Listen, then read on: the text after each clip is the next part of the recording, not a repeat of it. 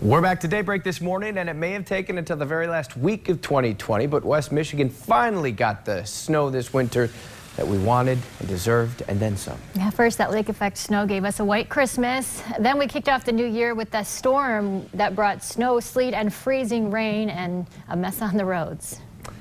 Now the big question is, does the late start to winter mean that it's going to stick around later too? Is it like an 8-hour workday, Matt, where if you start at 10 o'clock, you have to work a little later in the day? I'm not going to do the math.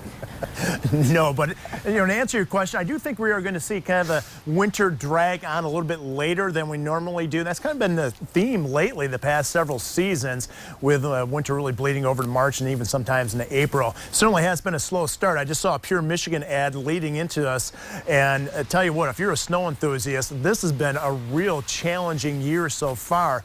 Let's take a look at one of the reasons why. It's because of the temperatures. We have a lack of Arctic air. Temperatures so far this meteorological winter are running around just under 4 degrees above average. Now look what it has done to snowfall. Let's take a little tour. We'll first start out with Muskegon. Normally you'd be right around 37 inches of snow this time of year. Right now about a third of that, just under 12 inches.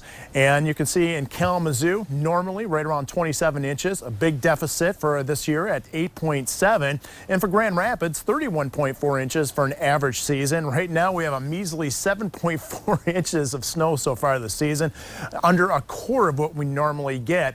Now also the lake effect, with a lack of Arctic air, that translates to hardly any lake effect whatsoever. And you can see that the contrast between Milwaukee and Muskegon, hardly any difference, and actually less snow in Traverse City than Green Bay. That's just remarkable. And here's the tally of basically the sum of it. 6 days with measurable snow on the ground. Well, actually, we've only had 6 days with measurable snow, and 24% of average snowfall so far this season, and 77% of this winter we haven't had any snow on the ground. That is just incredible. Not much in the 8-day forecast either, but again, I think we're going to see more later in the winter. Kind of easy to say that one. Had to pack the snow gear in the kids' bags to send to school for the first time. Right? That's going to be a lot of getting used to for a lot of kids. I'm still in the honeymoon phase with the snow. I hope that lasts for you, Casey. 6:26.